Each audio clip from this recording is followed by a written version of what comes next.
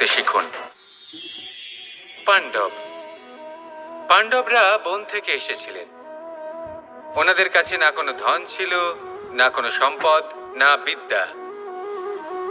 নিজের পরিশ্রমের দ্বারা ওনারা বিদ্যা অর্জন করেছিলেন, আর তার দ্বারাই সম্পদ অর্জন করলেন আর ধনও অর্জন করলেন। এই পাণ্ডব ছিলেন অত্যন্ত কুশল এবং শক্তিশালী। যুধিষ্ঠির নিজের পরিশ্রম দ্বারা এমন জ্ঞান অর্জন করেছিলেন যে এই সংসার ওনাকে ধর্মরাজ যুধিষ্ঠির অভিহিত করেছিল। দেখতে গেলে পাণ্ডবদের কাছে সবকিছুই ছিল, কিন্তু যখন বিষয় এলো আরো ধন লাভ করার, তখন যুধিষ্ঠির, যিনি পাণ্ডবদের মধ্যে জ্যেষ্ঠ, তিনি সকল পাণ্ডবদের সাথে দ্যুতক্রীড়ায় অংশগ্রহণ করে ফেললেন। এর ফলে না শুধু ধনলক্ষ্মী, ধর্মলক্ষ্মী, বিবেক লক্ষ্মীকেও হারালেন, আর শুধু তাই নয়, নিজের গৃহলক্ষ্মী দ্রৌপদীকেও হারিয়ে ফেললেন। এর কারণ কি? ভুলে গেলেন খুব সহজ একটা কথা, এই সংসারে সম্মান এবং সাফল্য দুটোই পরিশ্রমের দ্বারা লাভ করতে হয়। কিন্তু দ্যুতক্রীড়ার এই খেলা আমাদের ভাগ্যের উপর নির্ভরশীল। এই সংসারে দুটি পথ রয়েছে। একটা পথ যেখানে কর্ম এবং পরিশ্রমের দ্বারা আপনি নিজের পথ নিজেই রচনা করতে পারবেন, আর দ্বিতীয় পথ হলো যেখানে এই ভাগ্য এক মুহূর্তে আপনাকে শিখরেও পৌঁছে দিতে পারে, আবার ধূলিসাৎ করে দিতে পারে। আপনি কোন পথ বাছবেন সেই চয়ন আপনারই। আসুন আর আমার সাথে ভালোবেসে বলুন, রাধা রাধা। কোনো এক সময়ের ঘটনা এটা। মা এবং বাবা হাটে গিয়েছিলেন। তখন আমি আর দাদা গিয়েছিলাম গরু চড়াতে। আমরা বাড়ি ফিরে এলাম, আর মা সেই সময় একটা কাজ করতেন। যখনই হাটে যেতেন দরজা তালা বন্ধ করে যেতেন। উনি খুব ভালো করে জানতেন যে যদি ওনার এই মাখন চোর সঠিক সময়ে পৌঁছে যায়, তাহলে এক ফোঁটাও মাখন ওনার অবশিষ্ট থাকবে না। এবার ঘটনা কিছুটা এরকম হলো যে মা আর বাবা মাঝে মাঝে হাটে যেতেন, তাই মাঝে মাঝেই দরজা তালা বন্ধ করতে হতো। যখন মা আর বাবা ফিরে এলেন, তখন বাবা ভুলে গিয়েছিলেন যে এই চাবির গোছা থেকে ঠিক কোন চাবিটা দরজার তালা খোলার জন্য উপযোগী। উনি চেষ্টা করতে শুরু করে দিলেন। একটার পর একটা চাবি দিয়ে উনি চেষ্টা করতে থাকলেন, কিন্তু সেই দরজার তালা তো খুলতেই চাইছিল না। ওনার মাথা থেকে ঘাম পড়তে শুরু করলো। তখন মা বললেন যে তালা ভেঙে দেওয়া যাক। মা চলে গেলেন, আর বাবা বললেন না না দাঁড়াও, আর কিছু চাবি বাকি আছে, এটা হয়তো খুলতে পারবো।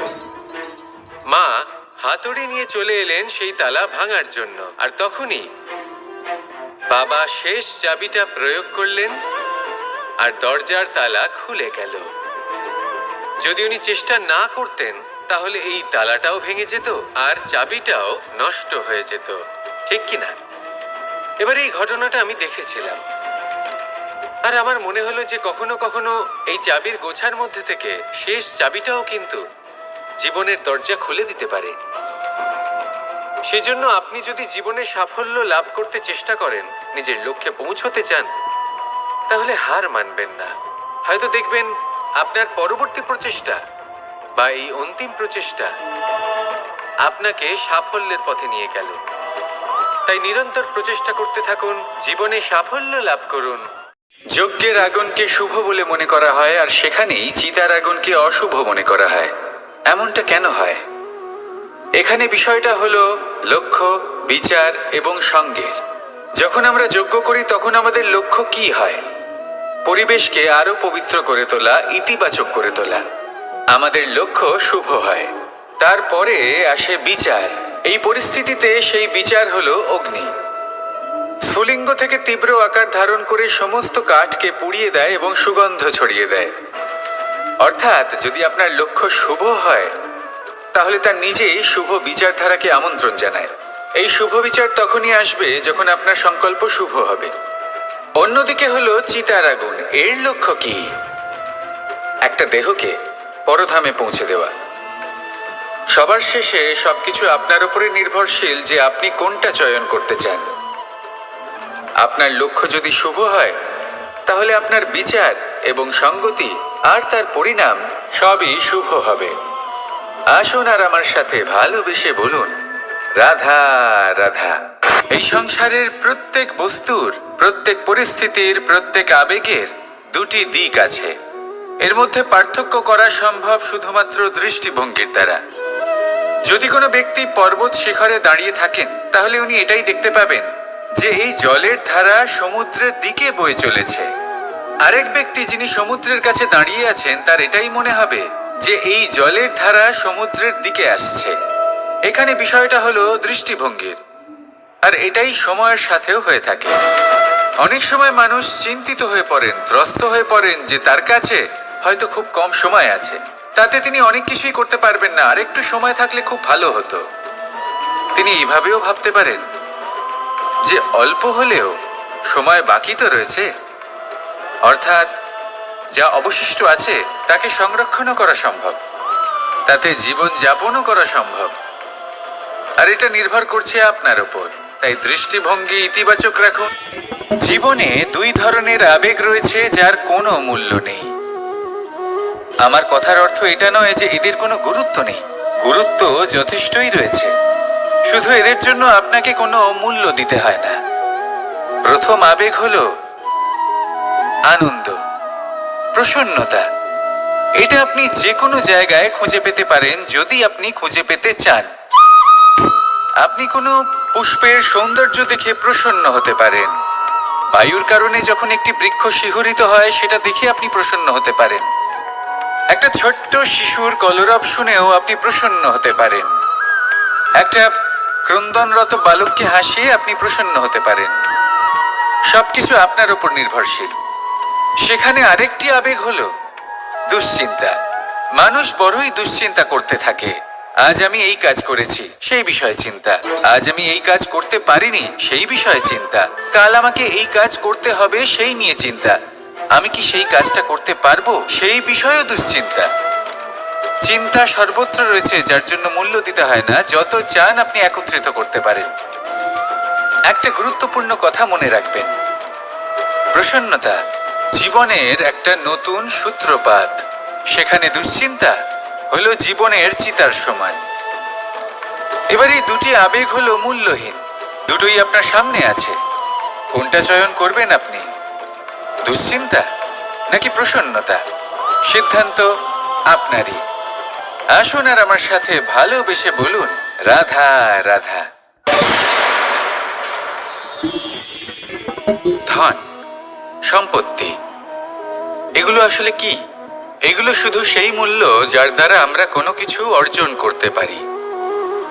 এবার এই ধনের দ্বারা এই সংসারে অনেক কিছু লাভ করা সম্ভব, কিন্তু সেই সব কিছুই শুধুমাত্র ভৌতিক বস্তুই হবে, ভৌতিক সামগ্রী, ভৌতিক সুবিধা। অর্থাৎ আপনার কাছে যতই ধন থাকুক, তা আপনাকে শান্তির ঘুম এনে দিতে পারবে না, আপনাকে জীবনের বাস্তব সুখের অনুভূতি লাভ করাতে পারবে না, কারণ এগুলো ভৌতিক ধন। এই ভৌতিক বস্তুই অর্জন করাতে সক্ষম। বাস্তবিক ধন কি? যদি এই প্রশ্ন আপনার মনে আসে, তাহলে তার উত্তর আমি আপনাকে দেব একটা উদাহরণের মাধ্যমে।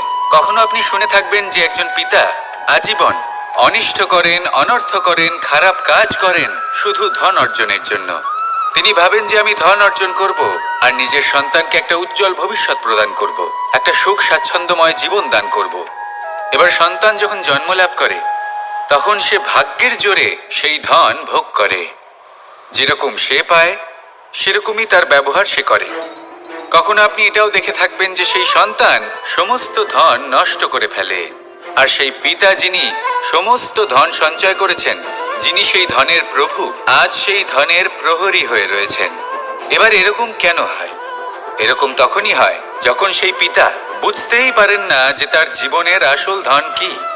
সেই আসল ধন তার সন্তানকে সে দিতেই পারে না। যদি পিতা তার সন্তানকে কর্মের জ্ঞান দিতে পারেন, উচিত কোনটা অনুচিত কোনটা সেই শিক্ষা দিতে পারেন, সংস্কারের প্রকৃত শিক্ষা দিতে পারেন, তবে সেটা ধনের থেকে অনেক বেশি গুরুত্বপূর্ণ। এটাই হলো জীবনের বাস্তব ধন। আপনি সেই কথা তো অবশ্যই শুনে থাকবেন, কুসন্তান হলে ধন সঞ্চয় করে কি হবে, সুসন্তান হলে ধন সঞ্চয় করে কি হবে। সন্তান যদি কুপুত্র হয়, তাহলে সব নষ্ট করে ফেলবে, আর সন্তান যদি সুপুত্র হয়, তাহলে ধন থাকুক না থাকুক, সে নিজেই কর্মের পথে অগ্রসর হয়ে ধন অর্জন করবে আর নিজের জন্য এক উজ্জ্বল ভবিষ্যৎ গড়ে তুলবে। তাই সন্তানকে সম্পদ দেওয়ার আগে কর্মের জ্ঞান দান করুন, সুশিক্ষা দিন, কারণ এটাই হলো জীবনের প্রকৃত ধন। আসুন আর আমার সাথে ভালোবেসে বলুন, রাধা রাধা।